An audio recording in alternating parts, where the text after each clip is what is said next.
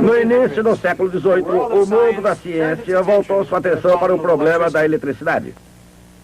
Havia uma boa razão para isso. De fato, muitos cientistas e pessoas viviam de palestras proferidas. Ou eram palestrantes itinerantes, viajando de uma cidade para outra, falando para quem estivesse disposto a comprar ingresso, ou eram professores universitários. De qualquer maneira, precisavam atrair uma plateia. É claro que hoje, os professores universitários têm plateia garantida, mas isso é por causa dos cursos obrigatórios, uma invenção que veio depois. Em qualquer dos casos, para atrair uma plateia, eram precisas demonstrações vistosas, excitantes, e a eletricidade era perfeita para isso.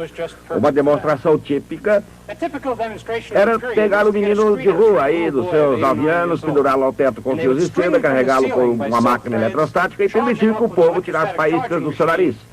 Eu gostaria de lhes fazer essa demonstração, mas todos os meninos estavam ocupados. Assim, teremos que nos contentar com isso aqui. Mas primeiro gostaria de lhes explicar alguns princípios simples de eletricidade. Vamos demonstrar algumas coisas fora do comum. À primeira vista, o cientista professor e o mágico parecem ter muito pouco em comum. Fiquem à vontade para julgá-los. Mas não há dúvida que cada um deles poderia aprender uns bons truques um com o outro. Os dois reis negros ao longo da história. Se alguém praticou ciência ou feitiçaria, dependeu muitas vezes do ponto de vista do observador. Isso está exatamente na metade. Para encontrar essa carta, cortei o baralho ao meio.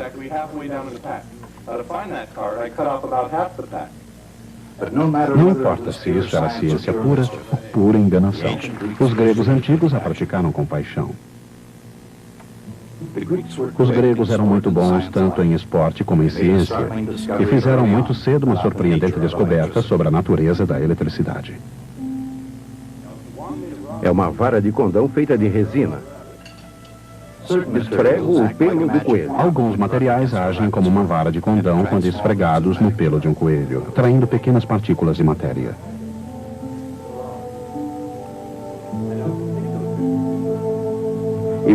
Finalmente, os cientistas seriam capazes de explicar exatamente como esse fenômeno, a eletricidade, realmente ocorre.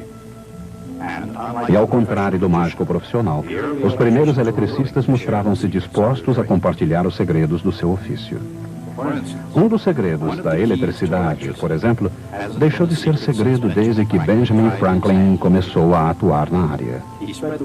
Ele revelou esse segredo em palavras simples, afirmando que algo chamado carga elétrica, era a causa da força elétrica. Uma ideia brilhante. Mas qual a relação entre carga e força? Na ciência, como na mágica, o momento certo é tudo. E na França, Charles Augustin Coulomb apareceu com a resposta.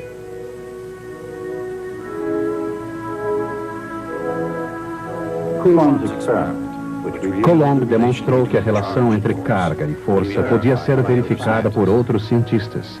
E o que era mais conveniente, podia ser descrita em termos matemáticos simples.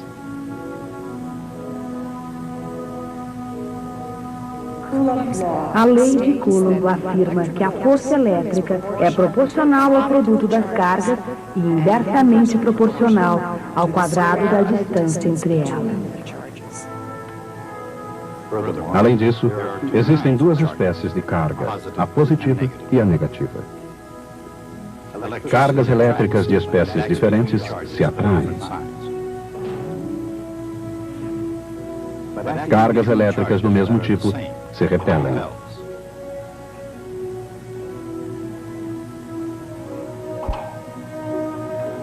De acordo com a lei de Coulomb, a força exercida por duas cargas sobre uma terceira é a soma vetorial das forças que cada uma exerceria isoladamente.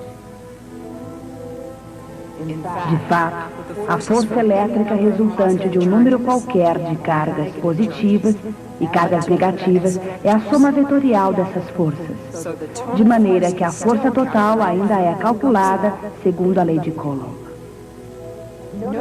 Observem que as cargas positivas aparecem em vermelho e as cargas negativas em azul. A carga elétrica exerce e, ao mesmo tempo, sofre a força elétrica. E a força elétrica obedece à lei de Coulomb. Parece tão simples quanto um dispositivo elétrico do século XVIII. E, aparentemente, é mesmo simples assim. Mas as cargas elétricas não existem isoladas. A eletricidade reside na matéria, nos sólidos, nos líquidos e gases do universo. E não importa com que forma se apresente, sólida, líquida ou gasosa, a matéria é essencialmente elétrica em sua natureza mais íntima. Assim, para compreendermos a eletricidade, é preciso primeiro entendermos a matéria. Por outro lado, para compreender a matéria, é preciso primeiro entender os princípios básicos da eletricidade. Na verdade, uma não pode ser entendida sem a outra.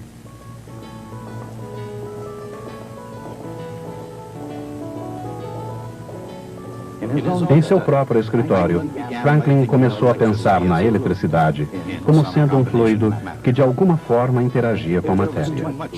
Se houvesse uma quantidade excessiva desse fluido, Franklin acreditava que a matéria estava carregada positivamente com fluido elétrico. Se houvesse muito pouco fluido, ele acreditava que a matéria estava carregada negativamente com eletricidade. Assim, na imaginação de Franklin, a matéria estava em seu estado próprio, isso é, eletricamente neutra e equilibrada, apenas quando a quantidade adequada de fluido elétrico estivesse presente. Franklin foi o primeiro a ver a eletricidade em termos positivos e negativos. Mas em vez de visualizar dois diferentes tipos de carga, ele pensava em termos de uma quantidade muito grande ou muito pequena do mesmo fluido elétrico.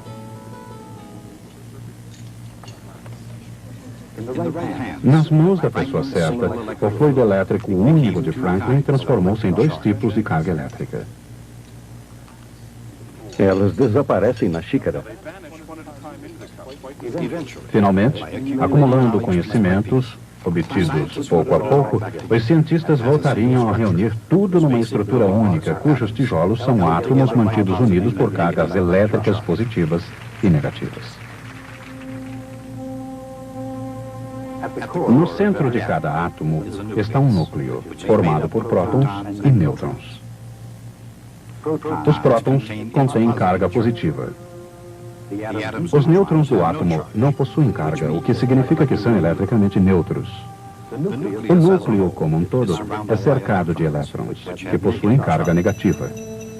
E no todo, cada átomo neutro possui o mesmo número de prótons e elétrons.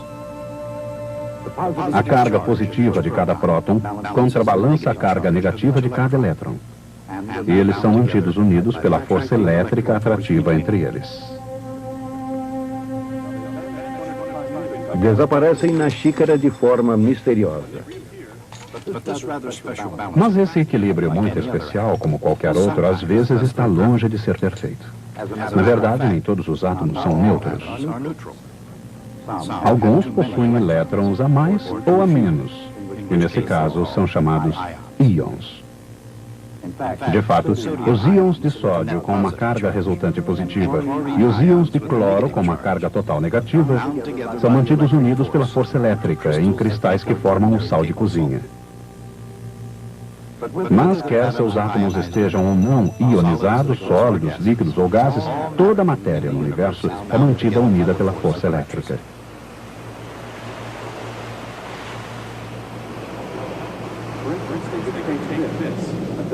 Poderiam, por exemplo, pegar essa moeda de cobre. E de todos os tipos de matéria, nenhum revela os efeitos da eletricidade de forma mais clara que os metais. E transformá-la em ouro. Ouro? A substância dos sonhos.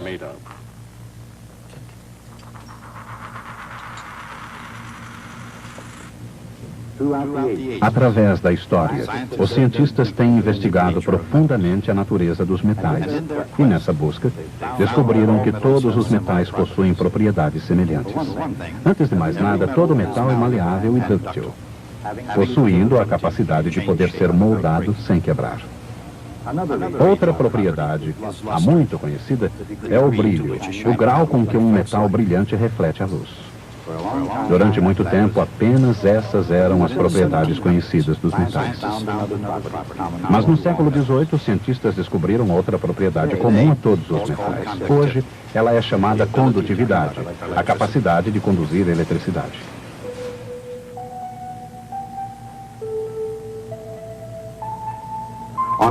Num isolante, uma carga elétrica permanece fixa em uma dada posição.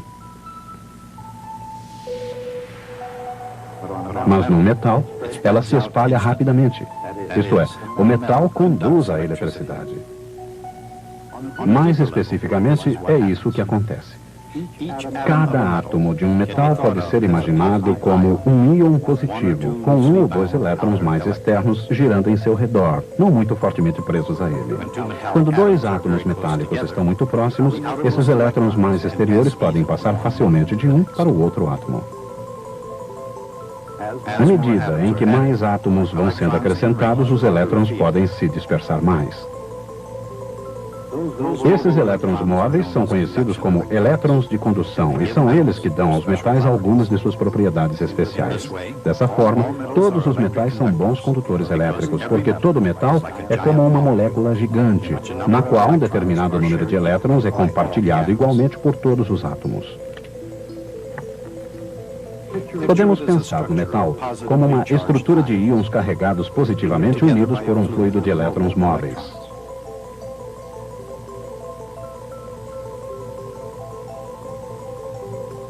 Quando uma carga positiva é aproximada de um metal, ela atrai os elétrons negativos móveis em sua direção, fazendo com que se acumulem na superfície mais próxima.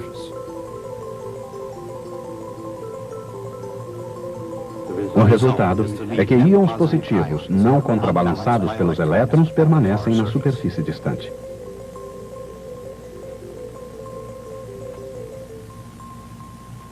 Quanto mais uma carga elétrica se aproxima de um metal, mais a carga de sinal oposto que se acumula na superfície próxima e mais carga de mesmo sinal permanece livre no resto da superfície.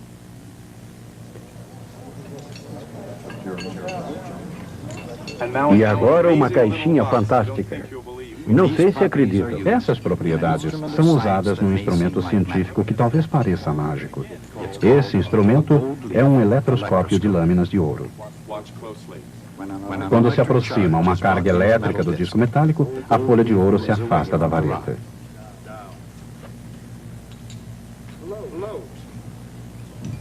Uma carga positiva próxima da extremidade superior atrai cargas negativas, deixando cargas positivas na outra extremidade da vareta, e a lâmina de ouro fica com o mesmo tipo de carga.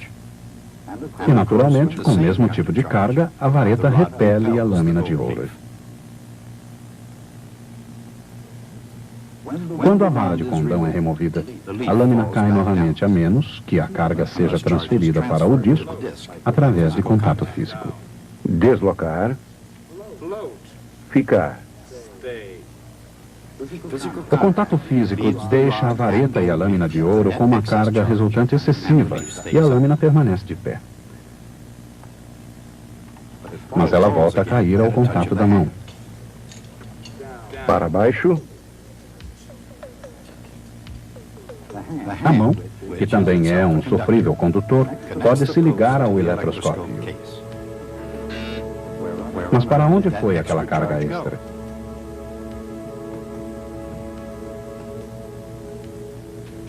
A caixa do eletroscópio está em contato com a Terra. Ela própria é um grande condutor. Quando ocorre o contato, o eletroscópio, como qualquer outro condutor, divide sua carga, liberando a maior parte dela para o corpo maior. Embora, na realidade, apenas elétrons negativos se movimentem de um lugar para outro, o efeito é exatamente como se a carga positiva fluísse na direção oposta. A isso se chama ligar um condutor elétrico à Terra, ou simplesmente aterrar. E para todos os fins práticos, quando isso acontece, o condutor torna-se eletricamente neutro.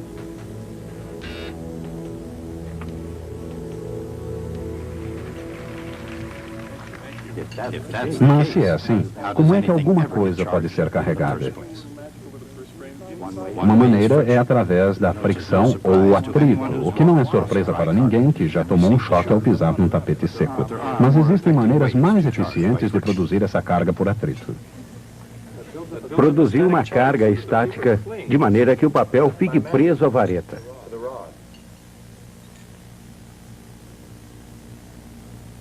No século XVIII, eletricistas inventaram máquinas que acumulavam a carga elétrica através do atrito com um isolante, vidro, por exemplo, em rotação. E agora algo que vocês irão achar eletrizante. Essa é uma cortesia do meu bom amigo Van de Graaff. No século XX, Robert Van de Graaff usou o mesmo princípio. As cargas elétricas permanecem fixas na superfície de um isolante para apresentar uma novidade.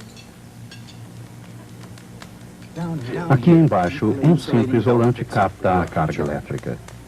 A correia transportadora leva a carga para cima, para a parte superior da máquina, onde a carga é transferida para o interior da cúpula de metal.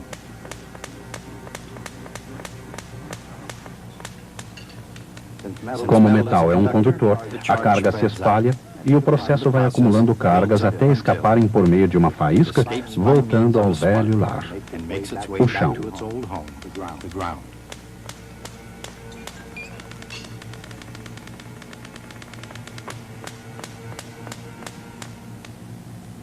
Mas a máquina de Van de Graaff tinha um potencial muito maior do que simplesmente despertar o interesse dos frequentadores de cabarés. De fato, sua principal característica, transferindo a carga elétrica através de uma correia transportadora, é o princípio em que se baseia um dos mais importantes aparelhos dos modernos laboratórios de física nuclear. Essa câmara amarela, resistente, contém gás em alta pressão e foi projetada com o objetivo de impedir o escape de faíscas. No seu interior, onde não existem faíscas para descarregá-la, uma enorme carga positiva é acumulada pela correia transportadora no terminal principal em seu centro. Enquanto isso, um íon de carga negativa, nesse caso um átomo de carbono com elétron extra, está se preparando para uma viagem extraordinária. Impulsionado por outras cargas negativas, guiado por um campo magnético e mantido no centro do tubo por outro campo magnético, ele logo sente a força atrativa devido à carga positiva no terminal principal. Acelerado pela força elétrica entre o íon negativo e o terminal positivo, o íon move-se para frente com grande rapidez, até que uma colisão com átomos de gases libera alguns elétrons, transformando o íon negativo em positivo. Acelerado mais uma vez pela força elétrica, o íon prossegue em direção ao seu destino. Nesse caso, uma colisão nuclear entre o carbono e um alvo de hélio.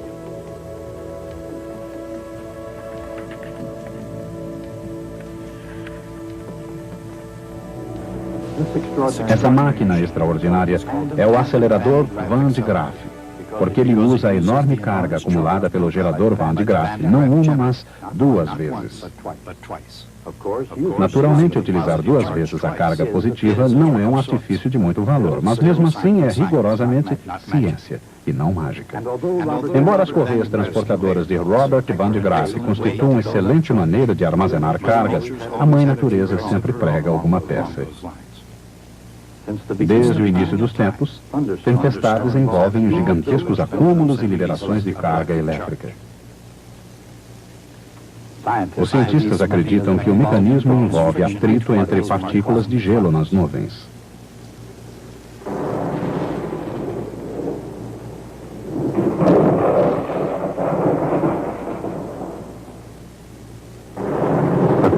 Tempestade. Mas o atrito não é a única maneira pela qual a carga pode ser transferida. Esta placa de metal parece ficar carregada pelo simples toque. Não se trata de mágica, embora aqui seja utilizado um truque. Se uma carga positiva é aproximada de um metal, a carga negativa correrá em sua direção, enquanto a carga positiva permanece no outro lado. Assim, se o metal for temporariamente ligado à Terra, a carga flui entre o metal e a Terra, deixando o metal negativamente carregado quando o contato é interrompido. Mas se carregarmos o suporte, observaremos uma incrível reação. Esse princípio é chamado carga por indução. E pode parecer mágica para uma plateia que não perceba que existem cargas elétricas aprisionadas no plástico. É por isso que a placa de metal parece ter sido carregada com um simples toque. O truque é que ao se tocar a placa, isso provoca uma ligação momentânea à Terra e é isso que a deixa eletricamente carregada. Esta não é a máquina do tempo de H.G. Wells. É uma máquina conhecida como o gerador Windhurst, uma das diversas maneiras utilizadas no início para se produzir eletricidade. Observem atentamente. Inventada em 1880 por James Windhurst, um engenheiro inglês, essa máquina possui discos que fazem movimentos contrarrotativos e nos quais linguetas de metal são carregadas por indução com o contato sendo feito e interrompido através de escovas de metal. Quando as rodas giram, a carga elétrica se acumula até que um relâmpago em pequena escala alivia a tensão crescente. Um dos segredos do sucesso da máquina de Windhurst é o dispositivo utilizado para armazenar a carga elétrica. É a garrafa de Leiden, cujo nome é uma homenagem ao lugar onde nasceu, a Universidade de Leiden. O princípio básico da garrafa de Leiden é tão simples quanto ela própria. Numa garrafa de Leiden, tanto a sua parte interna quanto a externa são metais, separadas pelo vidro. Se a parte interna é carregada e a externa ligada à Terra, resultam iguais quantidades de cargas opostas em ambos os lados do isolante. E essas cargas opostas são mantidas nos seus lugares pela forte força elétrica entre elas. A garrafa de Leiden foi um dos melhores truques dos eletricistas do século XVIII, muitas vezes também artistas talentosos. Naturalmente, o mágico moderno tem seus próprios truques. E esses truques ilustram, acima de tudo, a maior das diferenças entre mágica e ciência. A arte do mágico é confundir os sentidos e criar mistério. Mas a tarefa do cientista é expandir os sentidos e solucionar mistérios. Um cabelo vivo? Se ficou decepcionado, talvez eu possa transformá-lo no que estava esperando.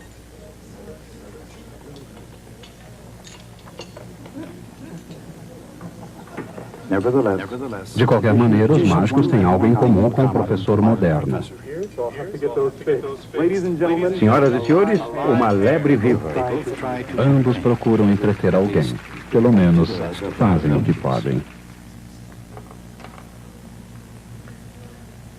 Meu objetivo foi lhes mostrar que a eletricidade pode realmente ser útil. Assim, quando minha jovem amiga disse que gostaria de fazer um penteado, pensei que talvez pudéssemos fazer isso nesta máquina Van de Graaff. Não vai machucar. Vamos lá? Veja o que acontece quando eu ligo a máquina.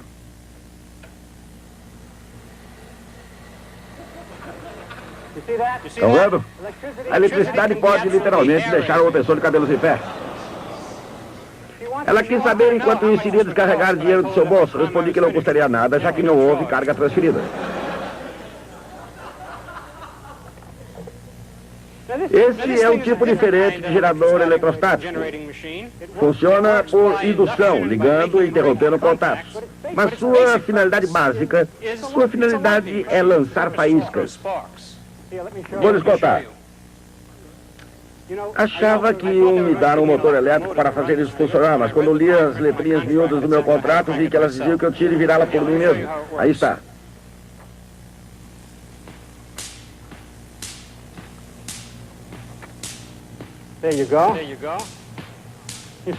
É uma máquina de produzir relâmpagos. Na verdade, uma máquina bastante perigosa. Se eu pegar a coisa errada na hora errada, vocês poderão perder o professor ou, no mínimo, aprender algumas palavras que não fazem parte do currículo. A maior máquina desse tipo já fabricada foi a de um físico holandês chamado Van Maron. Muito antes do trabalho de Wimshurst e Van de Graaff, Martinus Van Maron, isso nas décadas de 80 e 90 do século XVIII na Holanda, realizou experiências com o maior gerador eletrostático jamais fabricado. Ele foi construído para Van Maron por um fabricante inglês de instrumentos chamado John Cuthbertson. A gigantesca máquina de Van Maron utilizava 100 garrafas de Leyden. Seus discos giratórios mediam quase 2 metros de diâmetro e podiam arremessar um raio a uma distância de mais de 60 centímetros. Era uma espécie de dinossauro eletrostático, o ponto final da evolução dos geradores eletrostáticos do século XVIII. Dentro de poucos anos estaria extinto, pois na Itália, Alessandro Volta inventaram um aparelho muito mais elegante e útil. Um aparelho que conduziria eletricidade a uma nova era, a bateria elétrica. Logo chegaremos à bateria. Mas primeiro quero lhes falar de uma outra nova ideia, a ideia de campo elétrico. É isso que faremos a próxima vez.